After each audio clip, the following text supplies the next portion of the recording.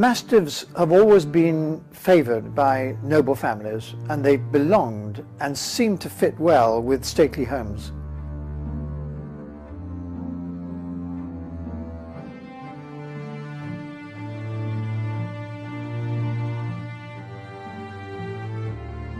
You can still see in some of them their kennels where they kept Mastiff dogs because they were considered noble. They had a statuesque grandeur and a magnanimous nature which some of the lesser types did not possess and demonstrate.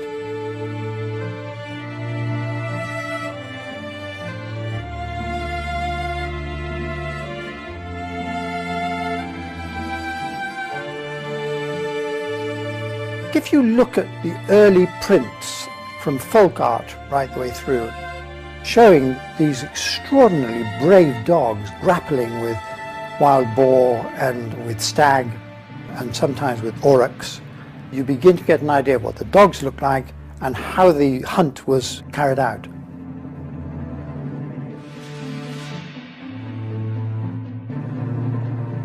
This was their role, to seize big game and either slow it down or hold it completely still until the mounted or dismounted hunters arrived to dispatch it.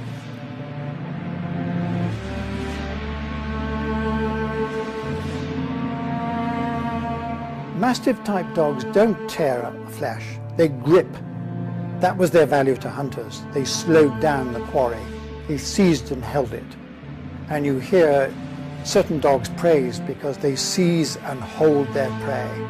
There was a special form of praise for a brave, heavy hound.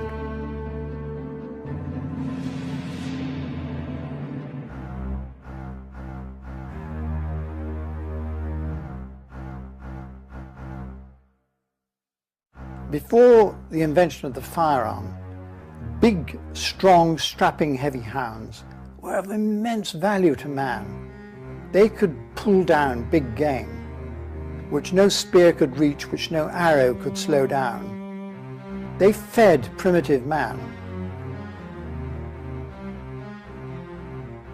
If you are in a country with wide open spaces and there are big game available to feed your larder, to feed your children, and you have huge, heavy hounds, fast enough, brave enough, ferocious enough in the hunt to pull them down, what a benefit!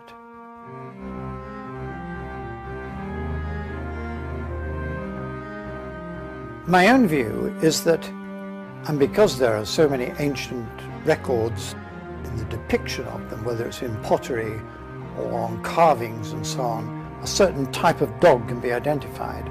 I think 2000 BC is the earliest that these sort of artifacts have been found. And it has been in what used to be called Sumeria and Mesopotamia and that part of the world. According to the artifacts from Sumeria and the things that they've bequeathed to us, candle holders, carvings on statues and so on, right through to the Assyrian dogs portrayed in the hunting field, Assurbanipal's hounds, show that there was a type of dog like that and valued even in those days. We see these images and these friezes or reliefs during the Nineveh periods clearly show a Mastiff type head that could even show up in today's modern dog show and probably win points.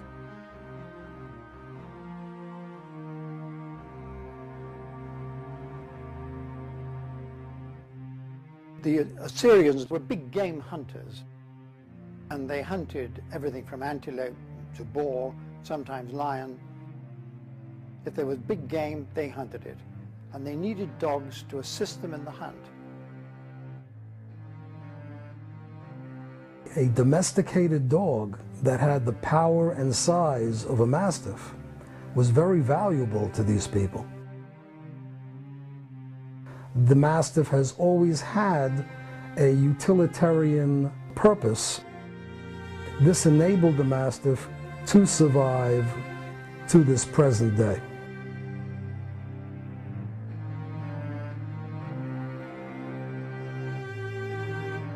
the Assyrians learned a great deal from the Sumerians. The Sumerians are widely believed now to have invented the wheel. And the Sumerians have this strong link with steppe people and the Hyrcanians in particular, who come from just south of the Caspian Sea. And remember, Alexander the Great called the Caspian Sea the Hyrcanian Sea. If you then go on to the writings of the ancient Greeks, they refer to the Indian, in inverted commas, dog, because India wasn't the country of today, it was the Far East. And they also mention the Hyrcanian dog as being striped like a tiger and being used for boar hunting. The description of that dog by the ancient Greeks is the nearest you get to a hunting mastiff as used subsequently in Europe. But I don't think it's correct to link it with the Molossian dog. The Molossians, who lived in Epirus, which is just across on mainland Greece from Corfu, they had two sorts of dogs, a huge flock guardian, rather like the Maremma or the Kuvash, and a huge hound, which later became called the Suliot dog, and was used by German regiments, rather as the Irish Guards used the Irish wolfhound. I think it's very unwise to link directly modern breeds of dog with ancient types of dog. But the ancient types of dog were perpetuated.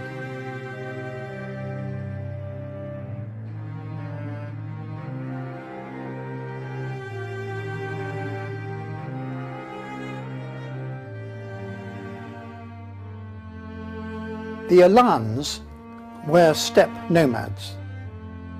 Their mastery of the horse led them to being utilized by the Romans as cavalry. They were famous for their dogs too.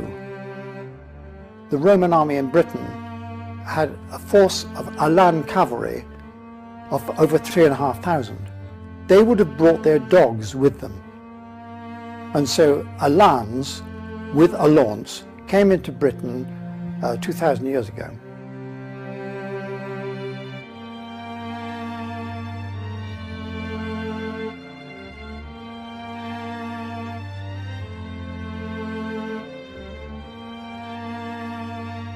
When dogs come into a country, and those dogs are admired, they are coveted and they are bred from.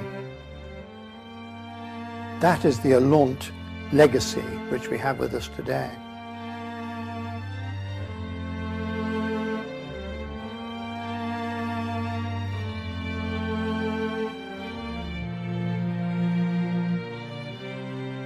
The Mastiffs, as we would call them from England, not necessarily looking like the breed today. Heavy-headed, strong-shouldered, active, big, strapping dogs. Britain was famous for them, and there are plenty of references of English dogger, or dogs, in the Mastiff sense of the use, being rated much more highly in mainland Europe by the big game hunters than any other breed or type.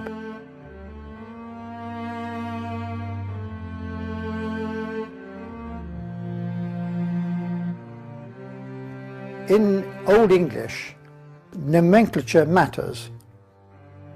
Dogger, D-O-C-G-A, meant a Mastiff type dog. And that has lived on in like the Deutsche Dogger, the German Mastiff. Dog de Bordeaux, Dogo Argentina. You can see how that name has gone on. And then the Saxons arrived, the word Bandogger or Bandog was used. It was not to indicate a tied-up dog, a dog that was banded. It was indicated a dog that was leashed in the hunt and only let free to pull down the game at a certain stage. And there are records of several hundred band dogs being released in the hunt. So it's hardly an indication of a yard dog.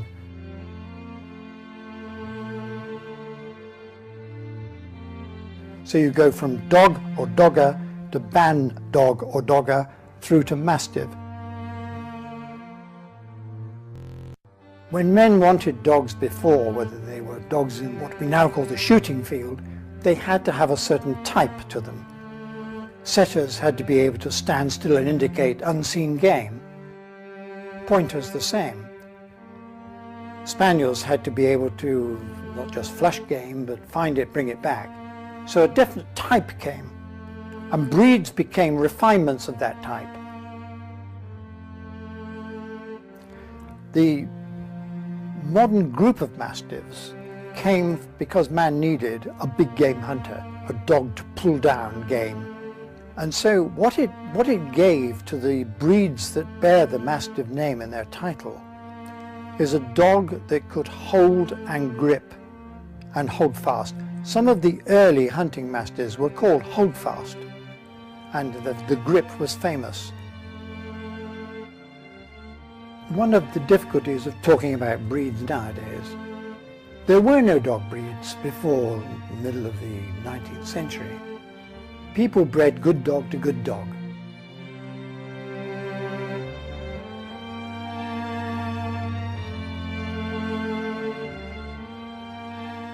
Hundreds of years ago, when breed type was not important, it was what the dog did, what it was kept for.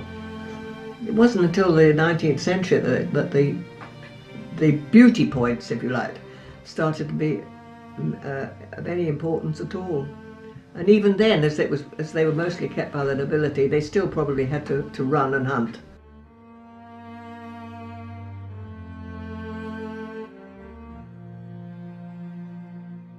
I think hunting decided their form. Now, those dogs had to have immense determination, immense courage, immense perseverance. And once they had gripped this animal, no matter what the animal did to them, whether it was a stag's horns, the fearsome side tusks of a wild boar, they had to hang on and often gave their lives in that hanging on. That meant they had to be strong-necked, strong-headed, substantial dogs physically, but immensely agile and athletic. If they were slow, if they were not agile, they were killed. Therefore, they couldn't be bred from.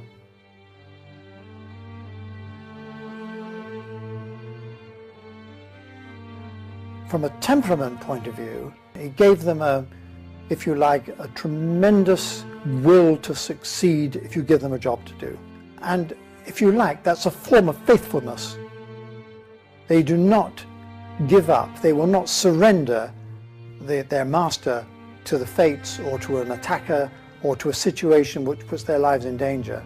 They are the ultimate protection, if you like.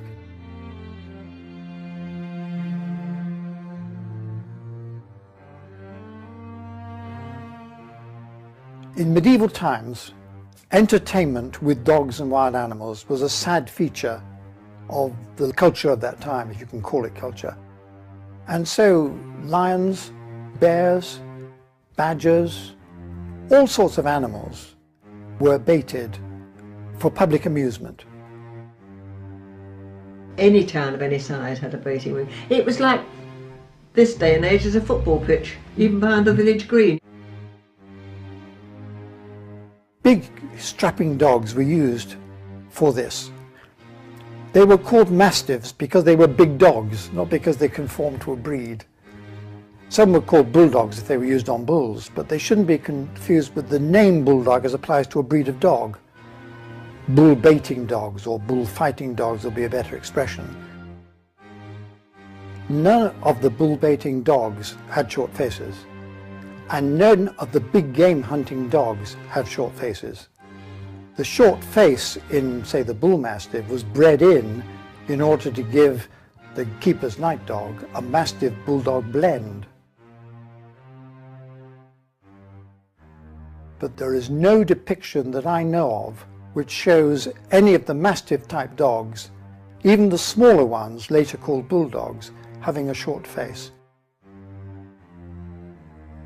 Bull baiting came to an end because of the sickening scenes that were seen all over Britain by people calling themselves dog owners or dog breeders. They weren't, they were just vicious pursuers of brutal sports. Mastiffs, I don't think, would have been any good in baiting spectacles, because there's no fun in going along and watching a brave dog, despite every horn, hoof, or whatever came near it, teeth, hanging on to the ear of a bear or the ear of a boar or even the side of a lion. These people who went to these awful spectacles wanted gore, and gore comes from slashing and tearing jaws, which a Mastiff does not have.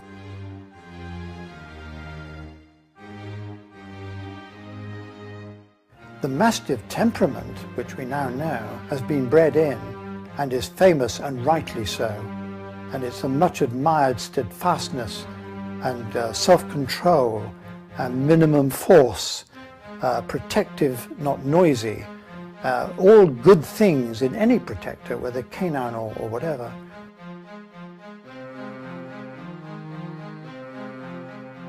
If you look at the Mastiff breeds, and there's a commonality amongst the different breeds. They have often the same temperament and approach to life, whether they're smaller or whatever. I think the great value is their ability to protect you come hell or high water. The bull mastiff was taken over by the gamekeepers to keep poachers off, but I think the mastiff would probably be in the guard round the house. I think poachers would have a problem with a dog with the courage and strength of the night dogs, the Mastiff types. And there are very good accounts of the strength and determination of dogs when the poachers have hit it, fired at it, set its dogs on it, and so on.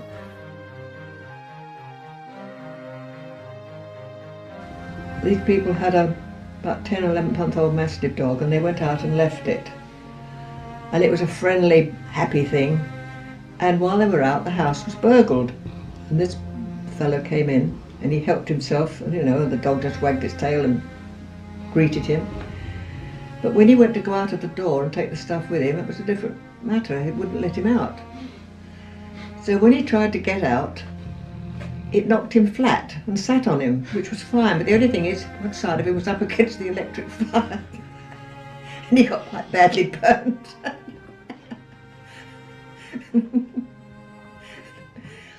Sorry about that. They like that, you know, Mastiffs. They don't bite, but they just stop you with their size and their, you know, their voice. All the Mastiff breed, they look right through you, and you know they mean business. That is a wonderful testament to their self-discipline, their desire to think for themselves, think the thing out. And having a dog that thinks for itself and just doesn't bark out of fear or bark out of an attempt to be a deterrent, but a dog that looks, assesses the situation and says, I don't have to charge this time, but if he harms my family, I will.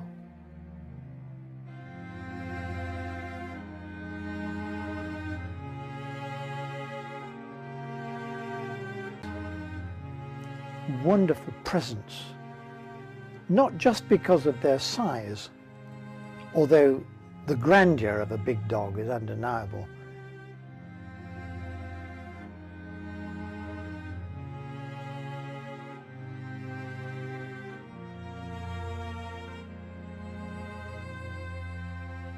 Prided the world over and revered the whole world over. The word Mastiff itself having a certain connotation for strength with discipline and control.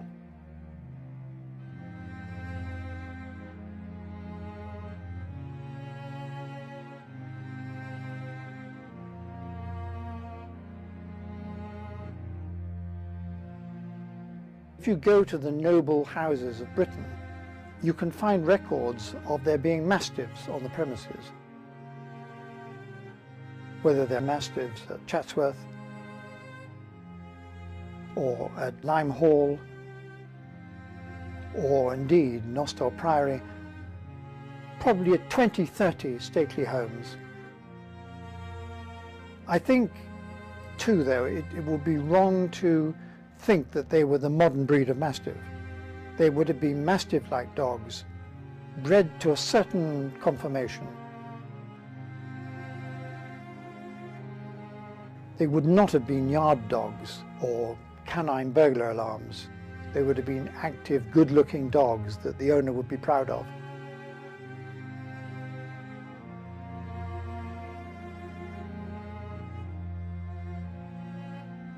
We must think of the Mastiff, if we relate honestly to its heritage, as a heavy hound, a big, strong, strapping hound.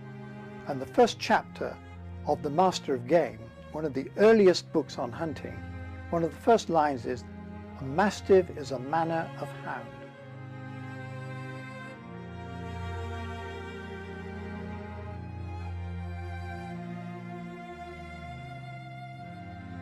The history of Mastiff type dogs is extremely long. There's a lot of romance in Mastiff history, a lot of romance. You hear the stories of Sir Piers Lee and his Limehall Mastiff at Argencourt and how she stayed by his side. They went into battle with their owners and fought alongside them because they were devoted to their owners. They've been used as drover dogs, they've been used in war, they've been used as guardians. They've served man in many different ways.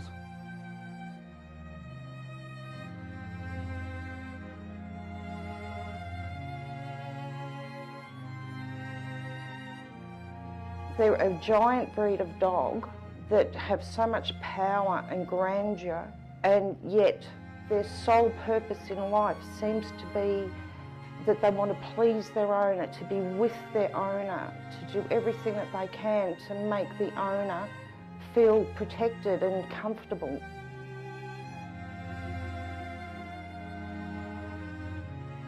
My Mastiffs want to be with me.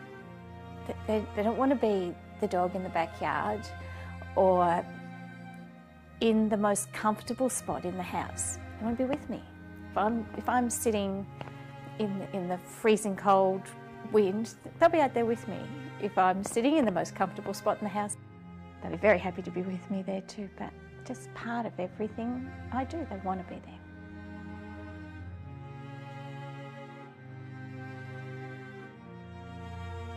You walk around your own home and your Mastiff is there, it's behind you, it's sitting next to you, it's laying on your feet, it has its head on your lap.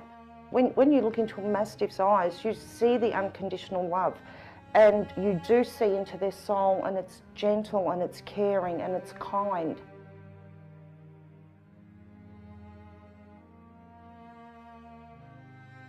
It has that temperament and it has that ability to be able to sense that someone perhaps may be unwell, and they enjoy to be patted and stroked, and they're just incredibly gentle. So I think they make really, really good pat and therapy dogs. They definitely love the interaction of the family. They see themselves as being part of the family, and they're probably one of the best family dogs around. They're very tolerant of children and what children tend to do to dogs at times. Mastiffs actually teach the children a calmness, a gentleness. My children have looked on the Mastiff for so long as family members.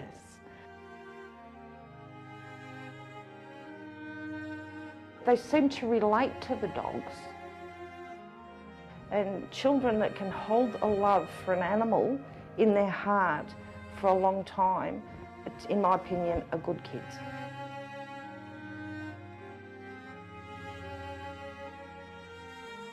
I think my children learned that when they're around Mastiffs, they should always have a slobber cloth nearby.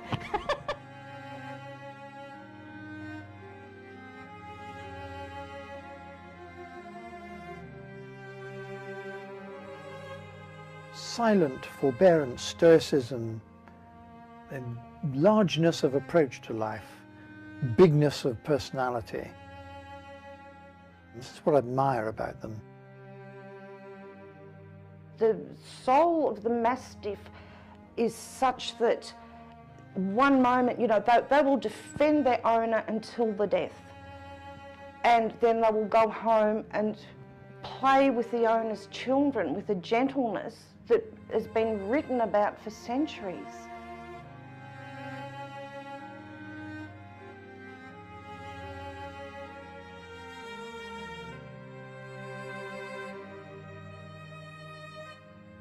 There's an automatic protectiveness that Mastiffs develop towards family members. They stay very close to the house. They are extremely protective of young children. A Mastiff will protect its owner without training, without aggression. They don't need to be aggressive. When you hear a big male Mastiff bark, on hearing that, anybody who continued to attempt to break into a house, in my opinion, would be a fool. But having said that, a Mastiff isn't an aggressive breed. If somebody did break into the house, they're not going to attack them, but they're not going to allow them to leave. They will keep them there until the owners return.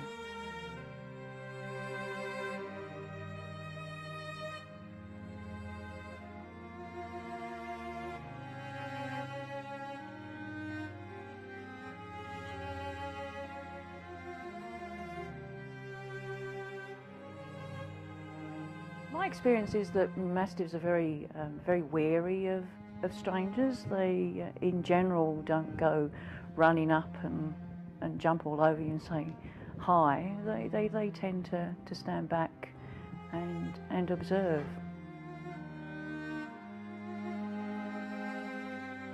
Mastiffs use a certain amount of reason and intellect before they react. They're not attack dogs. They're not used for that. They know property boundaries. Many Mastiffs don't even have fences on their properties, and they know exactly where the boundaries lie.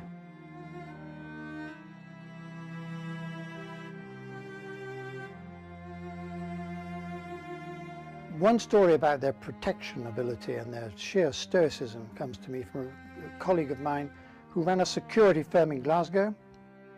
And one day he was talking to an old lady who lived on the edge of a big housing estate where drugs were rife.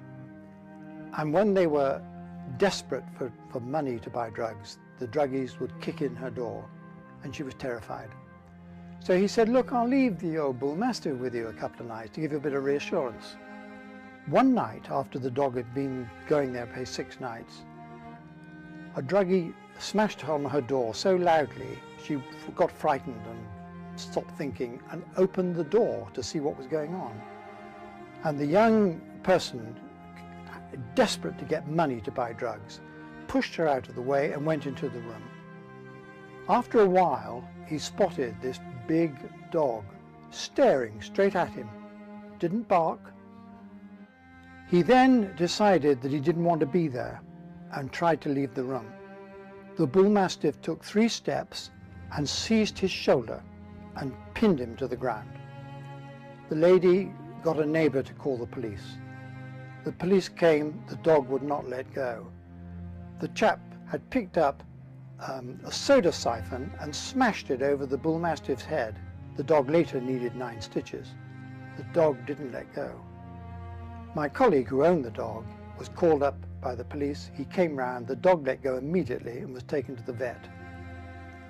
At no stage did the dog attempt to savage him. At no stage did the dog even dream of letting go, even though the dog's blood was running into its eyes, into its nose, and all over the carpet.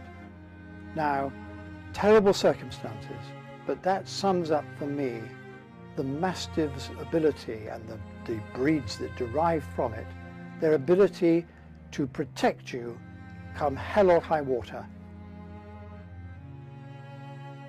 Personal courage, magnanimity of temperament, but in the end, how stoic are they? And I once said to a policeman who was using a German Shepherd dog as a protection dog, who would you rather be guarded by? A shepherd or a professional at the job? And he went very quiet. My stud book records begin in the 1850s. I'm fairly certain the Kennel Club opened in around 1846. That would be when they became officially recognised, but pedigrees do go back prior to that time. And the Old English Mastiff Club was formed and was recognised by the Kennel Club, and that's when they drew up the actual breed standard. The Old English Mastiff Club, it began in 1883. It would be one of the oldest dog clubs in the world. It has gone on continually. They had their centennial show in 1983, which was so well attended. The Old English Mastiff Club, in my opinion, and as far as I know, would have the most valuable collection of trophies, and to see them is just quite stunning. When I first became involved with the breed, the trophies were presented at the annual general meeting, and as a novice person going to my first annual general meeting, the thought of I'm going to win one of those one day was just great. And yes, it happened. I won the beautiful Gold Cup and the 30 Guinea Cup, and we're talking about these beautiful ornate cups in silver and gold. America's most prestigious show is Westminster. The first Westminster show took place in 1877, which was a bench show. 25 Mastiffs were entered, and with 25 Mastiffs being entered, shows how popular the breed was at that time. I guess the breed is not for someone who wants to show on a regular basis and aiming for top awards. The Mastiff, sadly, just doesn't have that showmanship about it in general to compete for those awards. No, they're not natural showmen. They're usually bored out of their minds, and it shows.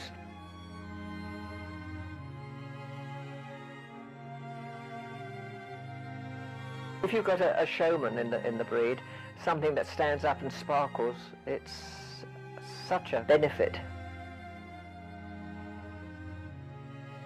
But most of them just go, ugh.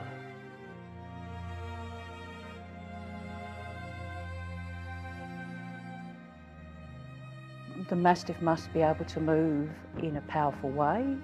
It should have good strong front movement, good rear drive, a good top line, well angulated at the rear, not straight stifled, the correct head, the correct temperament. It has to have type.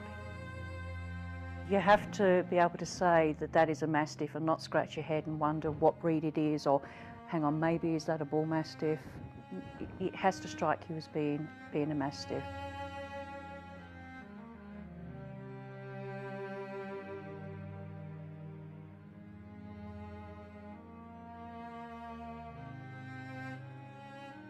It's important that the construction of the dog is correct.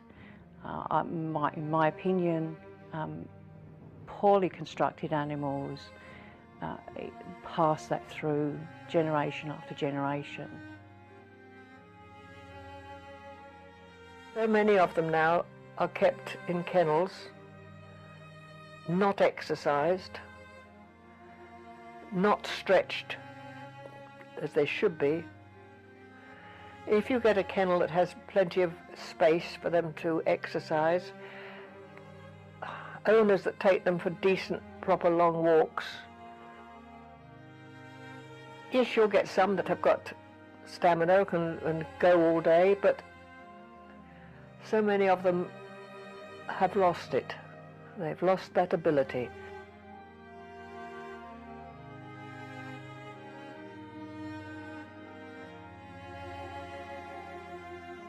Big dogs look better when they move soundly, and a Mastiff that moves really well is such an impressive sight. And then to look at a dog that is out of breath and unable to move with strength and purpose is sad. The worry for me about show dogs is dogs carrying a great deal of bulk with underdeveloped muscles who are clearly unfit. That's a betrayal. A big dog needs fitness more than any small dog.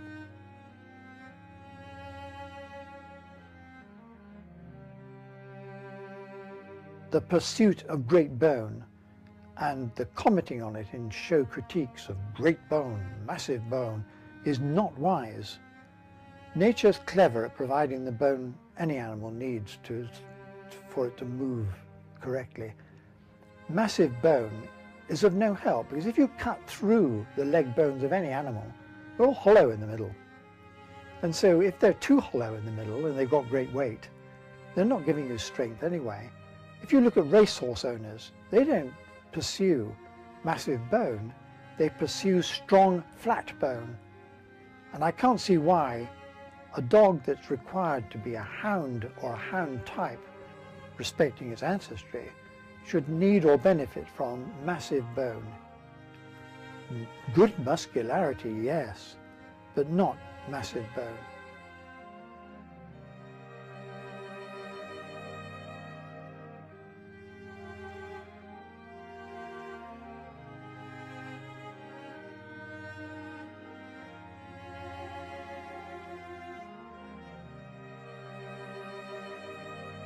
If you want to prevent skeletal disorders in any breed, whether it's a Mastiff or St. Bernard or whatever, is to stop breeding for size. Stop breeding for great bone, as the awful phrase goes. Breed for soundness. If out of soundness you get big dogs, that's a benefit. But a big, heavy, ponderous, short-lived, sickly dog really insults man's intelligence. We're supposed to be above those sorts of things. We are the superior species.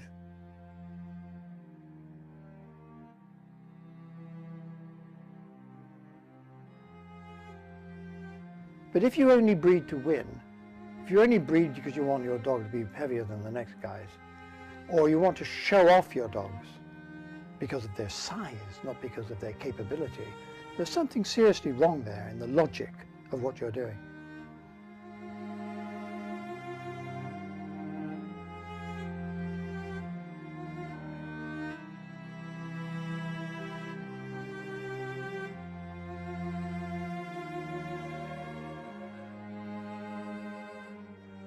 The Mastiff of England was a smaller, stronger, more athletic dog until the 1880s and onwards, when some breeders, and it happened in other breeds, I'm not just pointing a finger at the Mastiff breeders, they decided to look for stature, substance, bulk if you like, and in came the blood of Alpine Mastiffs, of Tibetan Mastiffs, and Great Danes of dubious pedigree.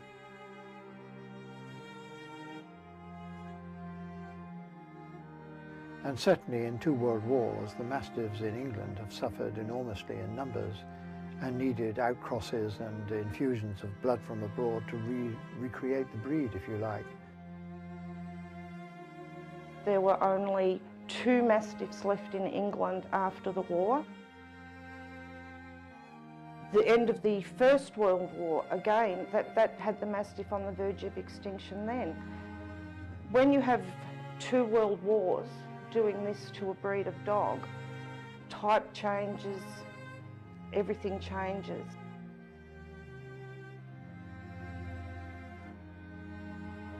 A lot of the dogs through the wars were sent from England to America to save them, because people couldn't afford to feed them while the wars were on, and many, many dogs were put to sleep simply because there wasn't enough food.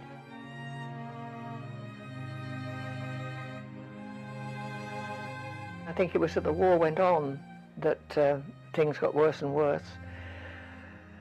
There wasn't just Mastiffs, all the large breeds were put down. In 1940, I was at boarding school up near Biggin Hill, here in Kent. And my parents used to come at the weekends to take me out on a Sunday afternoon, and I can remember we were walking somewhere in the country and we went into this field, and before us there was this enormous, mountainous pile excuse me, of dead dogs. I'm sorry, I can still remember it. And that's what happened to them.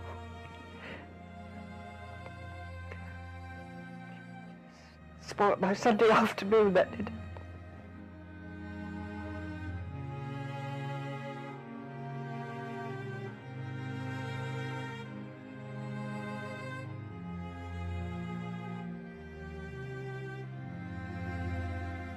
The ones that were lucky enough, that were owned by people wealthy enough, that were sent to America, it was those bloodlines that came back after the war and helped re-establish the Mastiff in England.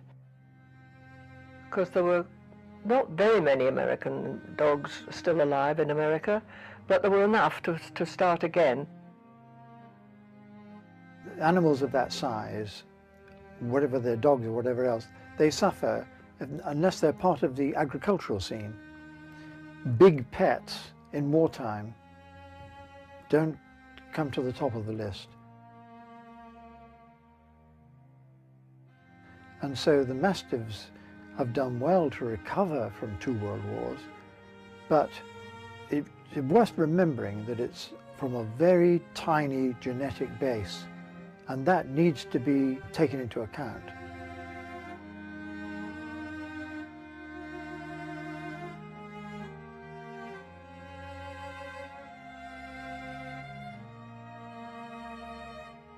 It's quite interesting to go to a Bull Mastiff show and then go to a Mastiff show and see the smaller elements of the Mastiff and the shorter faced Mastiff being almost possible entrants in the Bull Mastiff ring.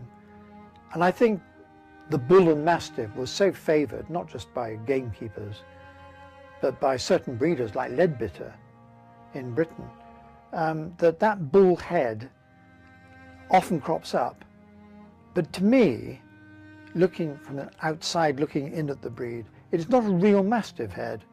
The Mastiff head is, in all the depictions I've seen, is not a bull head. It doesn't have any sign of the bulldog head, the more brachycephalic head. And I think it's a pity when you see blocky-headed dogs being rewarded and becoming champions. The furrowed dog, the wrinkled dog, it almost to me hints of bloodhound blood coming through. I don't object to that, but if you want type, you have to assure yourself that the type is really what you want in the breed. And when the bloodhound blood comes through, or indeed the Alpine Mastiff blood comes through, are you losing type? What should we be breeding back for if we love our Mastiffs? And the head is often the key to this, because it's the most easily spotted feature when variations come in.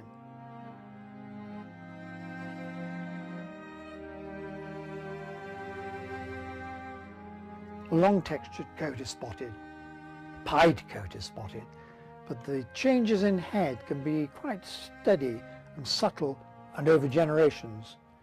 They don't suddenly appear.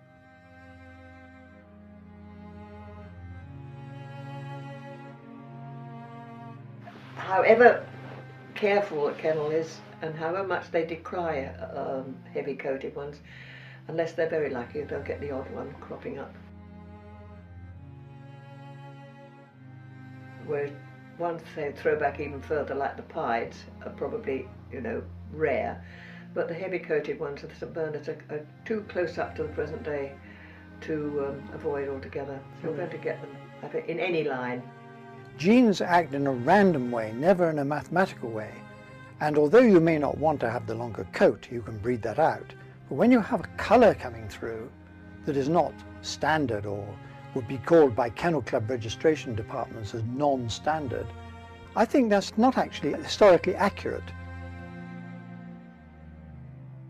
There is plenty of piebald and white colour in the Mastiff gene pool and in the Bulldog gene pool. And if you look at the portrayals of Mastiffs by Birk and Gilpin and so on, they're mainly white, the Mastiffs.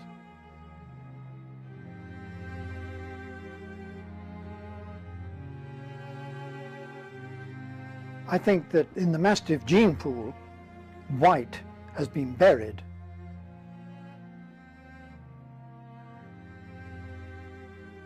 And in my view, directly you start restricting the colours in a breed, you're restricting the gene pool, you're not recognising things which crop up, not by freak, but because they're in the gene pool.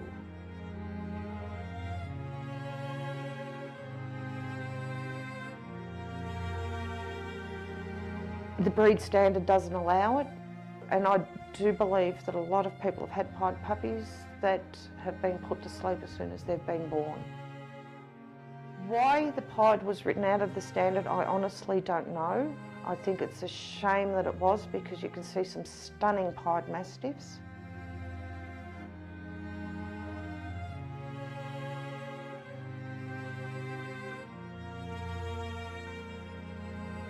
A famous bloodhound breeder found a white pup in the litter, and he put it in the bucket. Said this is a freak.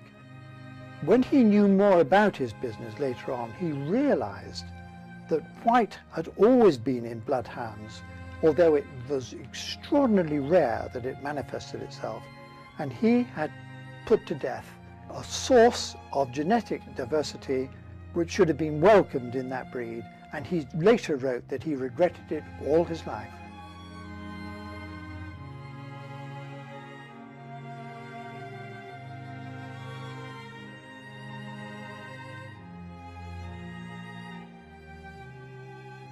If you revere the ancestry of your dog, you welcome every component. You can't exclude some components, and you'd be very foolish to from the gene pool, because it's a sign that old diversity is working its way through, and that's a sign of strength, not something to be falsely accused of the result of crossbreeding or impurity or anything else. It is Mastiff purity.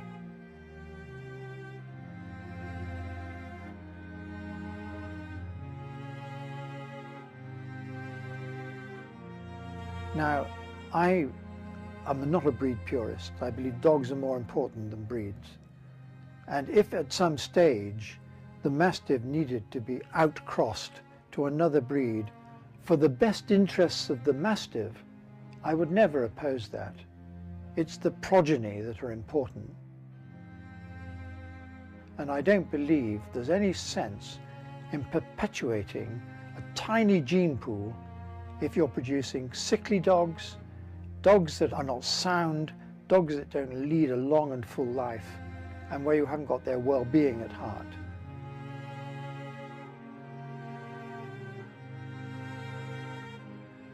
They have changed quite a lot of the physical conformation. Whether they've changed the character of the breed, I doubt, because that's harder.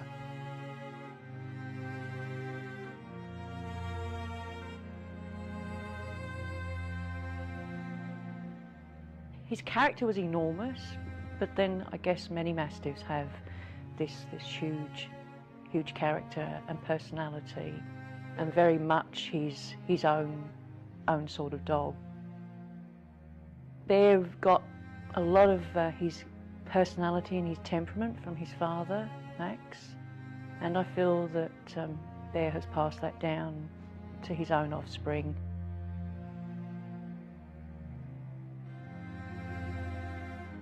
It's a breed that's been on the verge of extinction twice, and even through using crosses to bring them back, this character has been there all through. They've never lost their character.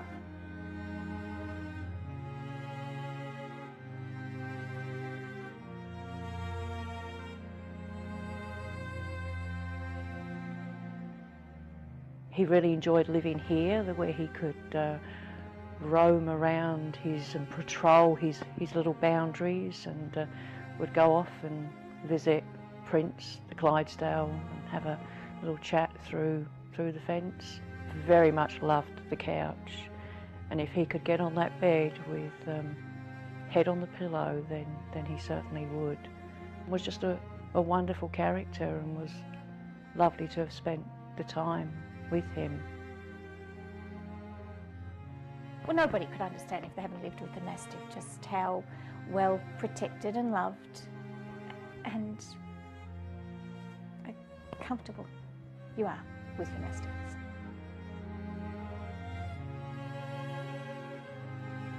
My favourite was probably Grobbit. He was just my friend. Grobby.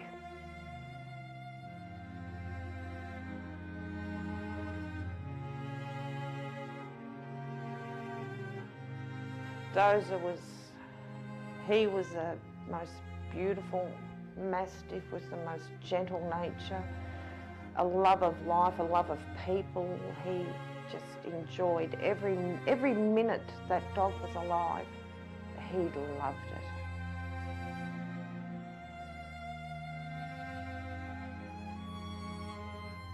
He was something else.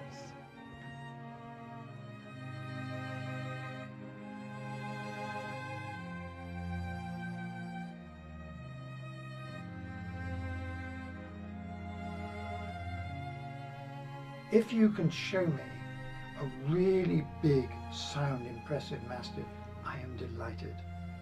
It is worth going a long way to see.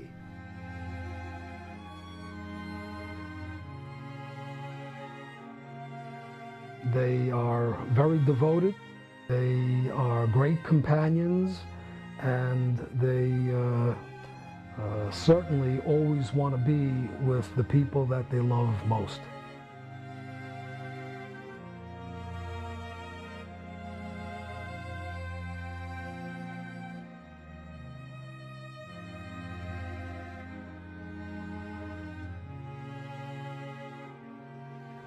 They're obedient in as much as they will do eventually what you want them to do.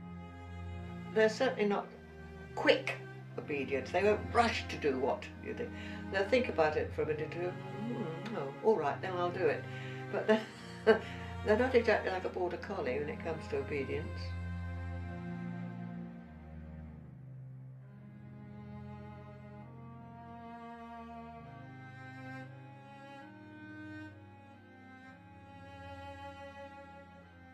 They're the most well-behaved, gentle souls that you could ever have living in your house. The only thing you really have to be careful of is tripping over them, because they're always under your feet. And if they want to go in and out, your doors can take a bit of a battering, some dragging their paw down, telling you that they want to go outside. They can leave a few gouges in your doors, so be aware of that.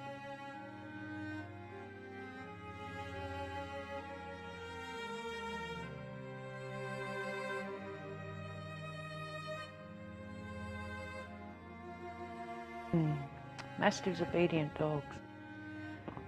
They can be. They do like to please. Rebel has this terrible trait of he gives it away when he's being naughty, because the naughtier he is, the faster his tail wags.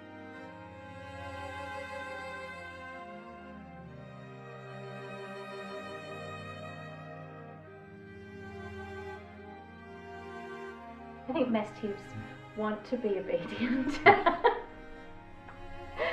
And most of the time they try really hard. But sometimes it just sort of gets the better of them and they just push the boundaries a little bit. I have to learn not to let the dogs get away with things, because they do challenge me all the time. But that's probably my fault more than theirs.